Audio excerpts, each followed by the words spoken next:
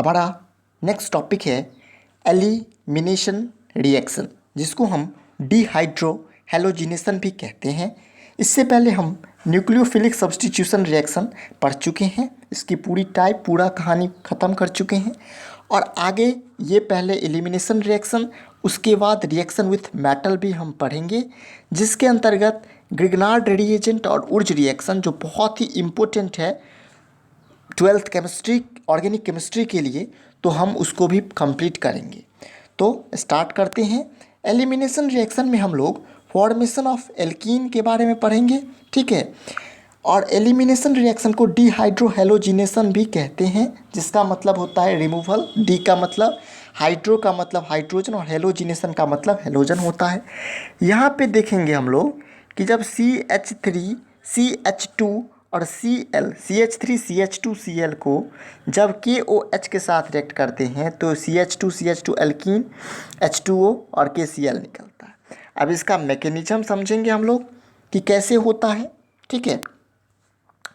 तो यहाँ पे क्या हो रहा है, तो जब हमने देखा कि CH3 CH2 और Cl है, तो ये जो कार्बन है जिस पर कि Cl है, ये कार्बन क्या कहलाएगा, अल्फ़ा कार्बन। और उसके जो बगल का कार्बन होता है वो बीटा कार्बन कहलाता है, ये कार्बन बीटा कार्बन कहलाता है। तो यहाँ पे KOH जो है वो डिसोसिएट होता है OH माइनस और K प्लस में। OH हमारा बेस है, जो यहाँ पे बीटा के पास जो H है उसको एब्स्ट्रैक्ट करेगा, ठीक है, उसको जो है वो एब्स्ट्रैक्ट करेगा और फिर क्या करेगा, तो यहाँ से जो है वो निकल जाएगा H के साथ, तो H2O बना लेगा, ठीक है। अब यहाँ पे CH2 और ये जो बॉन्ड है वो कहाँ जाएगा, तो कार्बन जो होता है वो मोर इलेक्ट्रोनेगेटिव होता है हाइड्रोजन से, तो यहाँ पे double bond CH2 double bond, ये Cl जो है और ये K प्लस ये निकल के KCl बना लेगा। ये इसका मैकेनिज्म था। अब देखिए, इसमें तो हमें पता था कि सिर्फ एक बीटा कार्बन था, तो हमने उस पर ही बेस का अटैक करवाया, ठीक है। बेस क्या किया, जाके वहाँ से एक प्रोटॉन एक्सट्रैक्ट कर लिया। तो यहाँ क्या है, तो इस जो नया जो हमारा दूसरा कंपाउंड है इसमें क्या है, तो दो बीटा पोजीशन है कार्बन का, दो बीटा कार्बन है, ठीक है, अल्फ़ा कार्बन एक ही है। तो यहाँ पे क्या होगा, तो यहाँ पे दो कंपाउंड बनेंगे, एक मेजर और एक माइनर। इसका डिसीजन किस बेसिस पे होगा ये भी हम बताएंगे आगे। अब पहले दोनों के मैकेनिज्म को समझते हैं कि किस तरह से ये बन रहा है। तो आपको तो ये पता चल ही गया कि KOH है, KOH टूटता है K प्लस और OH माइनस में। OH माइनस बेस है और बेस अटैक करता है किस पे, पहले एक बीटा कार्बन पे अटैक करेगा, फिर दूसरा बीटा कार्बन पे क्या करेगा, तो प्रोटॉन को एब्स्ट्रैक्ट करेगा, ठीक है। तो उसमें क्या होता है, तो दो कंपाउंड का फॉर्मेशन करता है। पहले देखिए यहाँ पे CH3 एक H को एब्स्ट्रैक्ट कर लिया, ठीक है, तो यहाँ पे और ये बॉन्ड जो ब्रेक होगा वो यहाँ पे लग जाएगा कार्बन कार्बन के बीच में। तो देखिए CH2 double bond CH, single bond CH2 single bond CH3, ये Cl K के साथ निकल गया, ये H OH के साथ निकल गया, तो ये जो है एक बन गया। दूसरा, अगर इस कार्बन पर ये जो बीटा कार्बन है, अगर इस पर बेस जो है वो प्रोटॉन एब्स्ट्रैक्ट करेगा तो क्या होगा, तो ये कंपाउंड बनेगा। जैसे यहाँ से किया तो ये H चल के या H2O बन गया, Cl चल गया तो ये बन गया। लेकिन ये जो बॉन्ड टूटा वो यहाँ लग गया और डबल बॉन्ड यहाँ हो गया, ठीक है। तो यहाँ देखेंगे डबल बॉन्ड हो जाता है। लेकिन सेट जीफ रूल के हिसाब से क्या होता है, तो मेजर और माइनर जब डिसीजन करते हैं तो सेट जीफ रूल हम लोग देखते हैं। इसके हिसाब से जिस कंपाउंड में अधिक अल्काइल ग्रुप होगा वो मेजर होगा और जिसमें कम होगा वो माइनर होगा। ये बात तो आप सभी को पता है।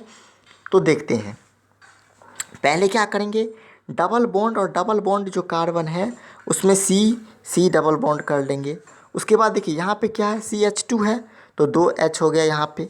उसके बाद देखिए यहाँ पे क्या है, यहाँ पे एक तो है CH2 CH3 और CH है, एक H है एक CH2, इसमें अल्काइल ग्रुप एक हो गया।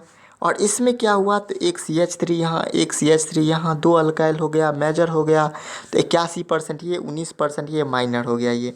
तो पहला वाला जो था ये हमारा माइनर है, ठीक है, और दूसरा वाला हमारा मेजर है। दूसरा वाला हमारा क्या है, मेजर है।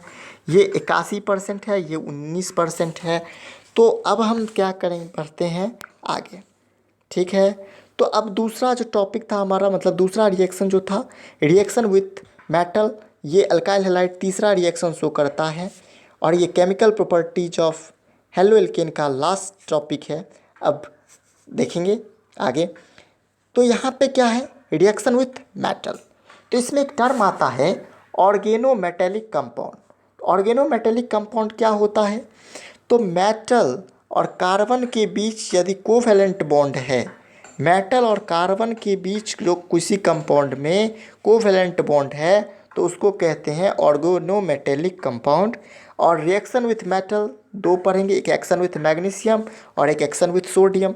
एक्शन विथ मैग्नीशियम में हम लोग पढ़ते हैं तो फेमस रिएक्शन ग्रिग्नार्ड रिएजेंट मिलेगा, और एक्शन विथ सोडियम में उर्ज रिएक्शन मिलेगा। तो एक्शन विथ मैग्नीशियम हम लोग देखते हैं, तो इसमें क्या होगा, तो एक्शन विथ मैग्नीशियम जो है वो क्या है, तो विक्टर ग्रिग्नार्ड ने 1900 ईस्वी में ये दिया था, जिसमें अल्काइल हैलाइड मैग्नीशियम के साथ रिएक्ट करता है ड्राई ईथर के प्रेजेंस में, तो RMgX का फॉर्मेशन करता है। किसका निर्माण करता है, RMgX का फॉर्मेशन करता है, जो क्या है, ग्रिग्नार्ड रिएजेंट है, ठीक है, ठीक है। अब देखेंगे हम लोग क्या करेंगे, R के जगह पर अगर इथाइल को रखते हैं और X के जगह पे ब्रोमीन को रखते हैं, तो इथाइल ब्रोमीन को अगर मैग्नीशियम के साथ रिएक्ट करेंगे तो ये ग्रिग्नार्ड रिएजेंट बन जाएगा ड्राई ईथर के प्रेजेंस में। अब आप देखते हैं क्या, तो नेचर ऑफ ग्रिग्नार्ड रिएजेंट। तो देखिए R और Mg के बीच में जो बॉन्ड है ये पोलर कोवैलेंट बॉन्ड है। कौन बॉन्ड है, ये बॉन्ड है हमारा पोलर कोवैलेंट बॉन्ड, ठीक है।